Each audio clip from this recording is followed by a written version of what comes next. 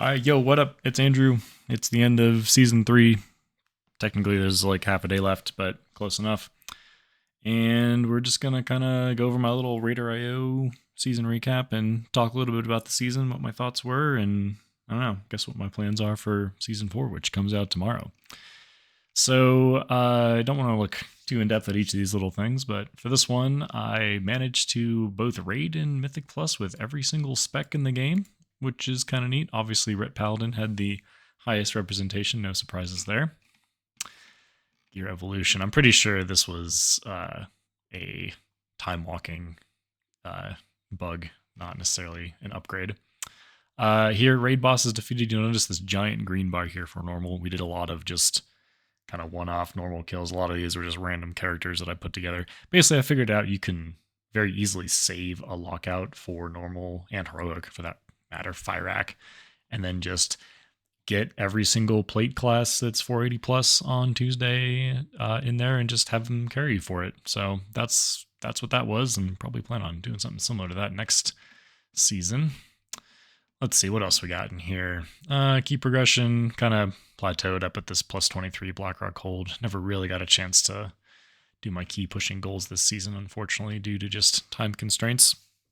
Here's the graph of what specs I played. Obviously the most on Outlaw Rogue, only 66 runs. It's not a whole ton. Kind of split my time on Druid between balance and healing. 19 on the Blood Death Knight. This was really just a, hey, there's a legendary weapon this go around, and hey, maybe I'll I don't know, do some tanking and try to cook up some cool routes. And there just was never enough time to really kind of sink my teeth into that. But it was kind of neat to just play a tank a little bit and use a legendary weapon a little bit. Then a few runs as Assassination more towards the beginning of the season, back when Assassination was super busted, and I was just kind of playing around with Assassination versus Outlaw. I actually really enjoyed playing Assassination in Keys. I thought that was kind of interesting. The main difference between the two, at my level at least, which as you saw was maxing out at a plus 23 Blackrock hold, is the fact that when you're playing Outlaw, it's a lot more conducive to pugging and the chaos of Mythic Plus, because you're kind of just always at a constant level of what your damage output is. You don't really have cooldowns that you're playing around. So you just kind of when a button's up, you press it, you go, you keep going, you don't stop. Whereas with Assassination, your burst and your main source of damage really revolves around 2-minute and 1-minute cooldowns, with Kingsbane being a 1-minute, Giant single target nuke, and then Deathmark being a slightly more, a way to amp that up a little bit more with your bleeds and all. I don't know. It's interesting. Trying to kind of figure out how to maximize damage as Assassination in runs. I don't know. I wish I could have spent a little bit more time with that towards the end of the season as well. I won't talk too much about this, but I did find it funny that 3 of my most played specs show up in this my top Mythic Plus comp. I'm actually legitimately not sure if I'm the Resto Druid or the Assassination Rogue in in this setup here. Yeah, and I don't know, just thought that was kind of funny. This one's kind of interesting. The breakdown of runs that were done over the course of the season. So I definitely did not enjoy Throne of the Tides at all, so it's no surprise that that's way down at the bottom. But the 2 Dawn dungeons being my 2 most ran was kind of interesting. I think that's more a consequence of there being loot in there that was highly desirable. The Rogue Dagger out of Fall, the Demon Hunter weapon out of Fall as well, which I obviously wasn't getting, but was helping people get potentially.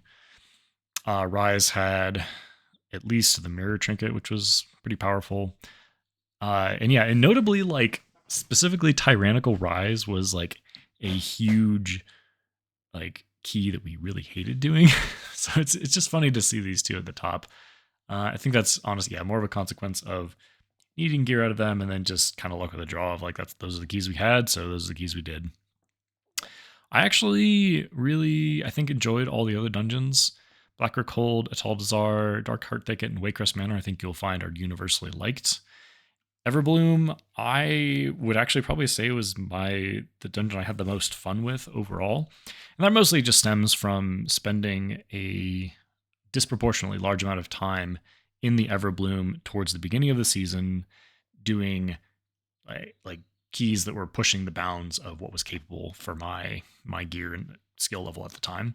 It just really gave me an appreciation for understanding the mechanics of the bosses and the trash, and just really like actually learning the dungeon in a progression minded sense from the very beginning. Yeah, anytime I can have that kind of an experience at the dungeon, it always, for me, makes it a more enjoyable experience throughout the entire season. This happened with Vortex Pinnacle last season, which widely is regarded by the community as probably the worst dungeon in that pool, but I quite enjoyed it just because I struggled against it a lot in the beginning, and yeah, that led to a lot of enjoyment. Same deal to a little bit lesser extent with Spires of Ascension in Shadowlands. I think I said in a video, one of my favorite, if not my favorite dungeon from that. Because it presented me with challenges that I was able to overcome, despite the fact that I wasn't doing the highest level keys, which is where there were problems with those dungeons.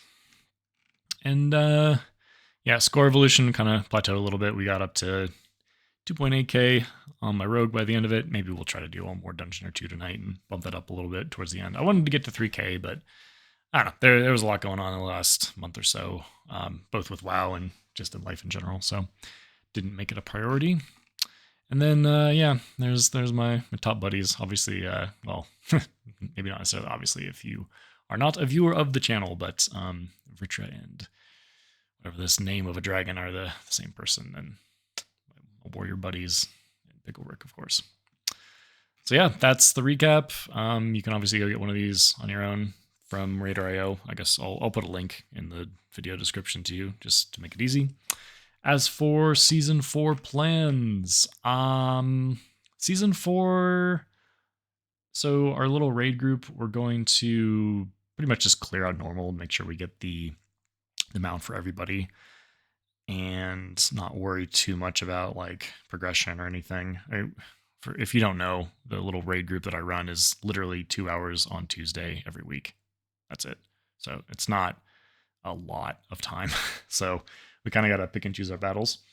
And then as far as Mythic Plus goes, I'm probably going to main Druid this next season in preparation actually for the next expansion.